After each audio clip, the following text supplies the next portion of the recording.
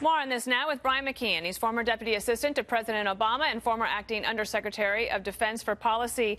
Based on your expertise, sir, what good is a ceasefire if the government then is bombing civilians? And is there anything that can be done sort of immediately beyond this 5 hours that the Russians say they'll allow?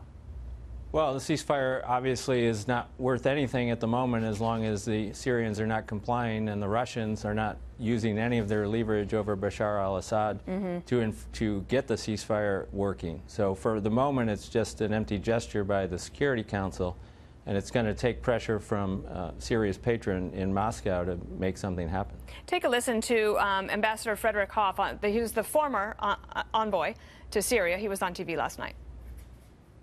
I suspect there are people in eastern Ghouta right now who are saying, please, Mr. Assad, attack us with sarin, because if you do, perhaps the world will come to our assistance. He concluded with respect to President Obama, if I don't use sarin gas, I can use anything I want. I'm afraid that Assad is testing this president's chemical red line. In addition to that, Ziad Alisa, he's a union of medical care and relief organizations. He said this to the New York Times: I am ashamed of the UN Security Council. The most powerful nations in the world are unable to enforce the most basic standards of human rights. Failure to enforce these resolutions calls into question the very reason for this process. They are disconnected from reality. You pointed out that Secretary Tillerson had outlined the administration's goals here. What is the next step then if we are to ratchet it up, if we do it all?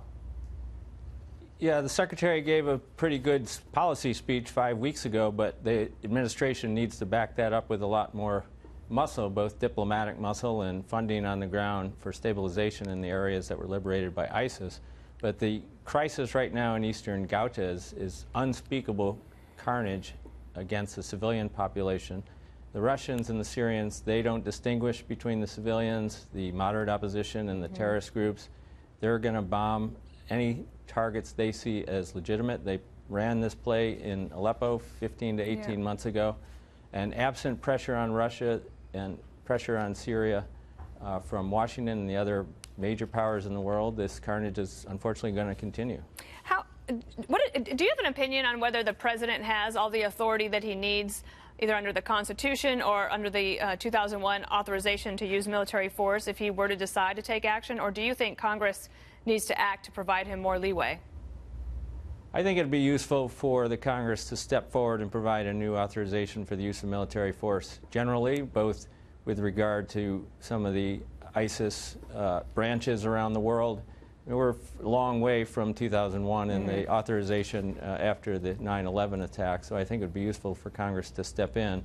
And the authority vis-a-vis the Syrian regime is not at all clear. The president invoked his Article 2 powers when he used Tomahawk missiles last April after a Syrian chemical attack. Right. Well, we'll see what happens. Brian McKeon, thank you. Thank you.